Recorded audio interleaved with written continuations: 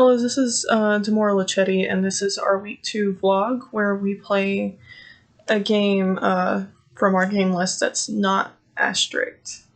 And I picked Assassin's Creed Freedom Cry, which I'm shaking the computer, sorry. I've not heard of it, which normally Assassin's Creed, it's a big series, so you hear of it really fast the second a game comes out, but I've never heard of this one. And it's rated M. I'm playing it on PlayStation 4.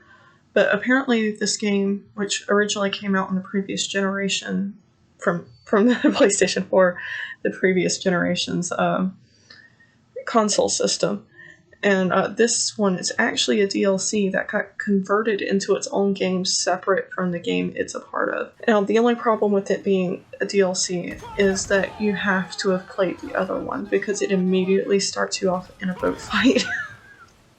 And you don't know the controls unless you've been playing the other one. So the story follows a character who's apparently in the previous game, and he's an ex-slave turned pirate turned assassin, and you're stealing something from the Templars, who are the bad guys of the Assassin's Creed games, and you get shipwrecked by a storm and wash up on Haiti, which at the time the game is set is a big plantation island. So you're immediately on the run from not only the Templars, but enslavers as well, trying to catch runaway slaves, which your character is. You have to find this lady who she points you off in another direction, but unfortunately 20 minutes is not enough to get into this game's storyline. And the gameplay is like previous titles. It's based on stealth. You actually get punished more if you're in a direct fight. You die very fast. And you have to do like eavesdropping and stuff. The only thing that's like outside of stealth, besides the occasional direct battles, which don't happen often, is the pirating portion at the beginning where you have to control a ship. And again, it don't really tell you. You just kind of have to figure it out and hope you make it through.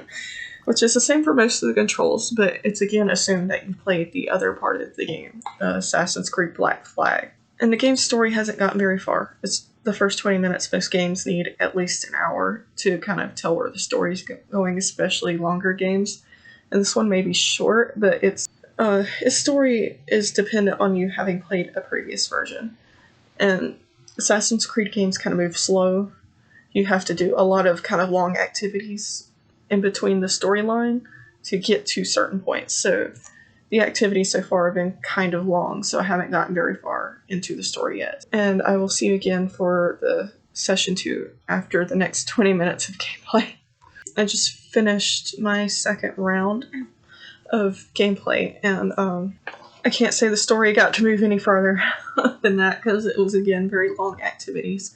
This game is very overt when it comes to dealing with real life subjects. In this case, it's slavery and racism. Immediately you're thrown into a plantation, which I've still not heard the character's name. He's really quiet. But again, he is an ex-slave, and it's very much you're going around killing the enslavers and saving slaves and freeing them. That seems to be a very major side activity apart from the story, because anytime you hear anything going on that has to do with them, the game's immediately like, hey, you want to go save them? You want to go kill those people and then save your people? And so it's very overt. It's not disguising it at all. It's like, this was a bad thing, and in this game we're going to let you right some wrongs and get some revenge. And in the meanwhile, they are going to try to point out some of the societal wrongs at the time. The game tries to keep you interested with these side activities. Like, even if you don't want to follow the storyline and want to go explore, there's plenty of exploring. You find treasure chests, and there's constantly people running by you screaming for help. And it's kind of hard to ignore them, like, even when you're like, I only got a couple minutes, I gotta hurry up, I gotta see what the story is. You still kind of want to go run and save them.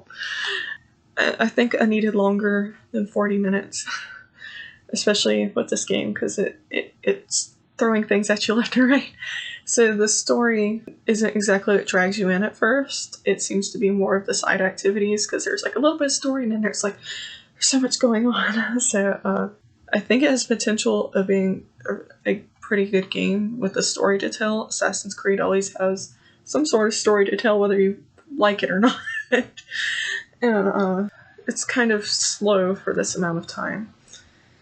And the controls are unfortunately not well known unless you've played the other one. So we'll see where it goes.